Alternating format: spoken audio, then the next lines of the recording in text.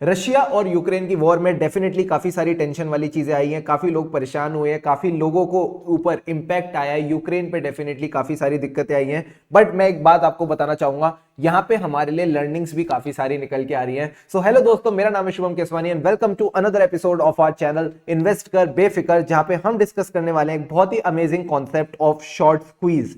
बिल्कुल आपने सही सुना, शॉर्ट स्क्वीज करके एक बढ़िया सा कॉन्सेप्ट है, उसके बारे में हम आज इस वीडियो में डिस्कस करेंगे।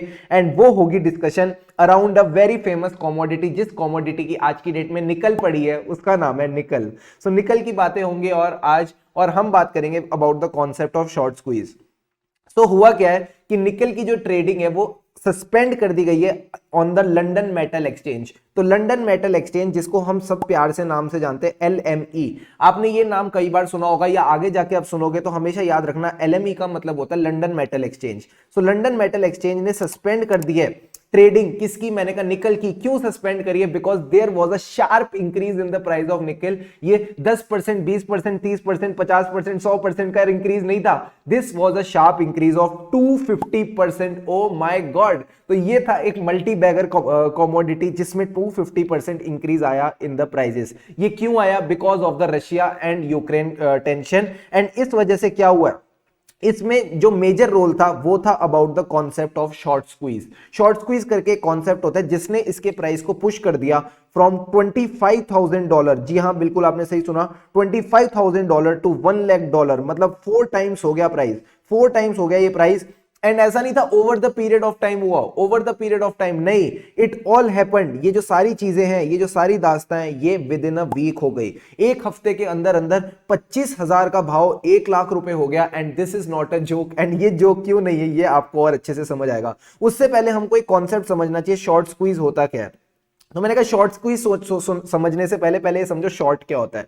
तो मैं आपको कॉन्सेप्ट बताता हूं। सपोज एक पर्सन है मिस्टर भोलू, मिस्टर भोलू करके एक पर्सन है। इस मिस्टर भोलू को लग रहा है कि पर्टिकुलर चीज का, ये कोई पर्टिकुलर चीज है, इसका जो प्राइस है आगे जाके गिरेगा। इसको लगता है आज आगे जाके इसका प्राइस गिरेगा, तो ये क्या करेगा? आज की डेट में प्राइस इसको लग रहा है हाई है, इसको लग रहा है आज की डेट में प्राइस हाई है, तो आज की डेट में इसको सेल कर देगा, आज की डेट में इसको सेल कर देगा। और कल को जाके जब इसका प्राइस गिरेगा तब ये इसको बाय कर लेगा। एंड ये हायर रेट पे जो इसने सेल किया है और कम रेट पे जो बाय करेगा, उसके बीच का डिफरेंस इसका प्रॉफिट होगा।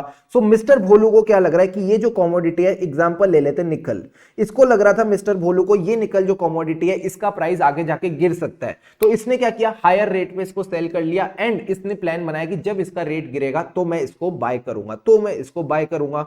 तो अब आप मेरे से एक सवाल पूछ सकते हो कि हमने हायर रेट पे सेल कैसे किया? हमारे पास तो निकल है ही नहीं, अभी मिस्टर भोलू के पास तो निकल है ही नहीं, तो इसने हायर रेट पे सेल कैसे किया? मैंने कहा इसने बोरो कर लिया।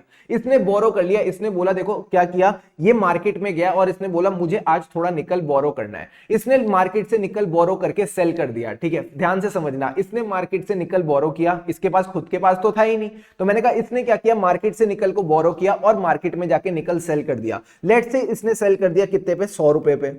इसने सेल कर दिया 100 रुपए पे। अब इसकी एक्सपेक्टेशन है निकल का प्राइस 80 रुपए हो जाएगा। तो मार्केट में एक महीने बाद इसकी एक्सपेक्टेशन है कि इसका प्राइस 80 रुपए में हो जाएगा, तो ये 80 रुपए में सेल करेगा, तो 80 रुपए में बाय करेगा। आज इसने सेल करा, तो अब इसको क्लोज करने के लिए क्या करना पड़ेगा? बाय करना पड़ेगा। तो आज 100 रुपए में सेल करेगा, एक महीने बाद 80 रुपए में बाय करेगा, तो बीच का डिफरेंस 20 रुपए इसकी प्रॉफिट हो जाएगी। और जब ये बाय करेगा तो ये उस पर्सन को दे देगा जिससे इसने बोरो किया था निकल, जिससे इसने निकल बोरो किया था। तो ये मैंने आपको काफी सिंपलिस्टिक तरीके से समझाया है। तो समझने की मेन चीज यही है कि आप किसी भी कमोडिटी को, किसी भी शेयर को अगर शॉर्ट करते हो तो वो आप तब करते हो जब आपको एक एक्सपेक्टेशन है कि उसका प्राइस आगे जाके गिरने वाला है। तो मैंने कहा व्हाट इज शॉर्ट, ये आई होप आपको एक लेवल पे समझ आ गया हो। सो मैंने कहा देखो सिंपल सी बात, अब रशिया और यूक्रेन की टेंशन हुई, तो होता क्या है ना, जब भी ऐसे टेंशन वाले माहौल होते हैं और ऐसे तरह की कमोडिटीज होती है, इनका रेट बढ़ने लगता है, इनका रेट बढ़ने लगता है बिकॉज डिमांड बढ़ जाती है। देखो सिंपल सी बात, जिस भी कंट्री ने इसकी प्रोडक्शन चालू कर रखी है, अगर उसमें टेंशन आ जाएगी तो ultimately production will be halted. Production halted होगी तो सप्लाई कम होगी। मैंने कहा सप्लाई कम होगी और डिमांड वही की वही है, डिमांड वही की वही है और सप्लाई कम होगी तो ऑटोमेटिकली प्राइसेस विल राइज। अब एक बात सोचो, किसी कंपनी ने अगर निकल को शॉर्ट कर रखा होगा, किसी कंपनी ने निकल को शॉर्ट कर रखा होगा, तो उसने तो एक्सपेक्टेशन की थी कि निकल का प्राइस गिरेगा, बट यहां निकल का प्राइस गिरने की जगह निकल का प्राइस ऊपर चला गया, तो वो अपनी शॉर्ट की पोजीशन को भी कवर करेगी। शॉर्ट की पोजीशन कैसे कवर करी होगी? पहले सेल कर रखा है, अब वो बाय करेगी, मार्केट भी बाय कर रही है, वो भी बाय करेगी। तो आपको क्या लगता है कि ये जो बाय का जो इंपैक्ट है ये ज्यादा आ जाएगा? The answer is yes, and this concept is called short squeeze. Short squeeze का मतलब है ढेर सारे लोग एक्सपेक्ट कर रहे थे प्राइस नीचे जाएगा, ढेर सारे लोग एक्सपेक्ट कर रहे थे प्राइस नीचे जाएगा, तो सबने मिलके शॉर्ट करा, सबने मिलके मार्केट में उसको सेल करा, और जब बाय करने की बारी आई ऑटोमेटिकली उसमें बुल रन चालू थी, बुल रन चालू थी, यानी सब लोग उसको बाय कर रहे थे। तो जो शॉर्ट वाले हैं जब वो भी बाय करेंगे तो ऑटोमेटिकली बाय का इंपैक्ट बहुत ज्यादा आएगा, और जो शेयर है, कमोडिटी है, जो भी चीज है जिसमें शॉर्ट स्क्वीज हुई है उसका प्राइस बढ़ जाएगा।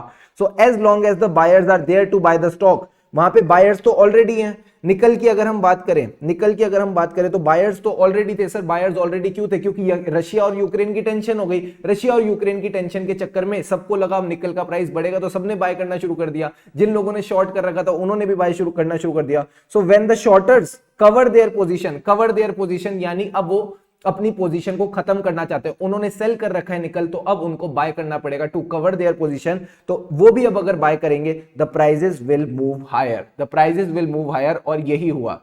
इस चक्कर में सबसे ज्यादा किसने सफर किया? तो सबसे ज्यादा सफर किया चाइनीज ने। ठीक है, वो कहते हैं ना जैसे को तैसा, मतलब जो काम खराब करता है उसके साथ काम खराब ही होता है। तो इन्होंने 2020 में हमारे साथ कोरोना किया, अब इनके साथ ये चीज हो रही है।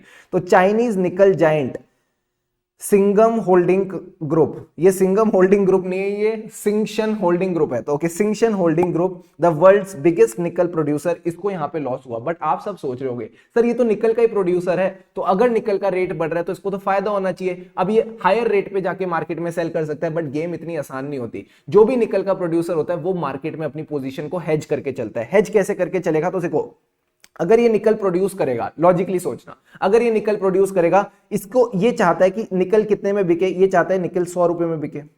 बट इसको लग रहा है कल को निकल का प्राइस गिर गया तो ये 100 रुपए में नहीं बेच पाएगा। यस सर, नहीं बेच पाएगा। तो मैंने कहा क्या करा इसने मार्केट में निकल को शॉर्ट कर दिया। मैंने कहा कितने पे शॉर्ट कर दिया? इसने 100 रुपए पे निकल को शॉर्ट कर दिया। अब जब रशिया और यूक्रेन की वॉर हुई, के वॉर के क्राइसिस हुई, निकल का जो प्राइस है वो बढ़ गया। मैंने कहा कितना हो गया? वो 120 हो गया, और इसको हो गई टेंशन। सिंघम होल्डिंग ग्रुप को, इसको सिंघम ही बोल लेते हैं, ठीक है, सिंघम होल्डिंग ग्रुप को हो गई टेंशन। तो अब ये अपनी पोजीशन को कवर करेगा। अपनी पोजीशन को कैसे कवर करेगा? मैंने इसका सेल की पोजीशन है ना, तो इसको बाय करके कवर करेगा। एंड बाय इसने कितने पे करना शुरू किया? इसने बाय भी 120 पे करना शुरू कर दिया। अब एक कॉन्ट्रैक्ट तो होता नहीं, पूरी मार्केट खरीद रही है, तो मैंने कहा 120 पे भी बेचारे को अभी तक नहीं मिल पाया। इसने इतनी सारी पोजीशंस ले रखी है शॉर्ट में कि अभी तक इसको बाय करने का मौका नहीं मिला। क्यों नहीं मौका मिला? क्योंकि मार्केट ही बंद है। मुझे एक बात बताओ, ये बाय करेगा कहां पे? मार्केट में जाके बाय करना पड़ेगा। अब मार्केट ही बंद हो गई है, ट्रेडिंग ही बंद हो गई है, तो ये बेचारा कुछ नहीं कर पा रहा। और इतने ज्यादा हैवी लॉसेस हो रहे हैं ना इस चक्कर में, इतने ज्यादा हैवी लॉसेस हो रहे हैं कि सबने मार्केट बंद कर दिया है। लंदन मेटल एक्सचेंज बंद कर दिया है, एंड उसकी ट्रेडिंग अब एकदम हॉल्ट पे आ गई है। ऐसा क्यों हुआ? तो मैंने कहा जनरली कमोडिटीज के प्राइसेस बढ़ते हैं। जब भी वॉर वाली सिचुएशन होती है, कमोडिटीज के प्राइसेस बढ़ते हैं, तो ये चीज हमको देखना जरूरी है। प्लस अब अगर मैं प्रोड्यूसर कंपनी की बात करूं, ये जो मैंने आपको पूरी कहानी बताई इसको समराइज कर लेते हैं। जैसे ये प्रोड्यूसर कंपनी थी, तो प्रोड्यूसर कंपनी को तो जनरली बेनिफिट करना चाहिए। यही बात मैं आपको समझा रहा था कि प्रोड्यूसर कंपनी को तो जनरली बेनिफिट करना चाहिए। बट क्योंकि वो अपनी रिस्क को हेज करना चाहती थी, उसको लग रहा था कहीं निकल का प्राइस नीचे ना गिर जाए, तो उन्होंने फ्यूचर पोजीशंस को शॉर्ट कर दिया, उन्होंने फ्यूचर पोजीशंस में सेल कर लिया। बट जब ये रशिया यूक्रेन की वॉर स्टार्ट हुई, prices of nickel begin to rise, nickel के जो प्राइजेस थे वो बढ़ने चले गए। एंड जितने भी ट्रेडर्स जिन्होंने शॉर्ट पोजीशंस ले रखी थी वो सारे मार्केट की तरफ भागे टू कवर देयर पोजीशंस, यानी उन्होंने बाइंग स्टार्ट कर दी। उन्होंने अब इसकी बाइंग स्टार्ट कर दी, एंड अल्टीमेटली जब उनको हैवी लॉसेस होने लगे, मार्केट में ट्रेडिंग स्टॉप हो गई, तो जो भी उनके ब्रोकरेज हाउसेस थे, उन्होंने उनसे मार्जिन के लिए जो पैसे होते हैं वो मंगाने शुरू कर दिए। सो ऑटोमेटिकली उनकी काफी ज्यादा बैंड बच गई इस केस में। So now when will the trading resume, ये सबसे बड़ा सवाल है आज की डेट में। ये जो ट्रेडिंग निकल की बंद हुई है, ये अब चालू कब होगी? तो मैं तो कहता हूं भगवान जाने, God knows when the trading will start. But what we know now is another classic example of short squeeze. यानी शॉर्ट स्क्वीज का एक और एक अच्छा एग्जांपल हमको मिल गया है। ये जो शॉर्ट स्क्वीज है, ये कॉन्सेप्ट सबसे ज्यादा फेमस हुआ था गेम स्टॉप के स्टॉक प्राइस में। एक गेम स्टॉप करके बहुत बढ़िया शानदार कंपनी है, गेम स्टॉप का जो स्टॉक प्राइस था उसमें भी ये शॉर्ट स्क्वीज वाली सिचुएशन हुई थी। अगर आप बोलोगे तो मैं इसके लिए भी आपको एक बढ़िया केस स्टडी वाली वीडियो बनाऊंगा, एंड उसमें भी आपको काफी कुछ चीजें सीखने को मिल सकती हैं। Now let's come to the conclusion. यहां पे हमारा मेन कंक्लूजन क्या निकल के आता है? देखो, कंपनी ने काम तो अच्छा किया था, जो भी कंपनी थी, प्रोड्यूसर कंपनी है, उसने काम तो अच्छा किया। हेजिंग इंपॉर्टेंट है, there is no doubt that the hedging is not important, but one thing that we also need to understand कि भाई कई ज्यादा मार्केट में अनसर्टेनिटीज हो सकती हैं। सो हमको कभी भी ओवर बॉट या ओवर सोल्ड सिचुएशन नहीं रखनी चाहिए, हमको ज्यादा सेलिंग नहीं करनी चाहिए, ज्यादा बाइंग नहीं करनी चाहिए, बिकॉज मार्केट में अगर चीजें डामाडोल हो गई, चीजें उल्टी सीधी हो गई, तो ये कंपनी पे काफी भारी पड़ सकता है। आई होप आपको इस तरह की एजुकेशन वीडियो से काफी कुछ सीखने को मिला होगा, और इस तरह की और वीडियोस के साथ चैनल से जरूर बने रहिए। अगर ये वीडियो आपको अच्छी लगी, so do like the video and yeah, stay subscribed to the channel for more such videos, because हमारा एक ही गोल है, इन्वेस्ट कर बेफिक्र। and this is your friend Shivam Keswani signing off. Bye bye.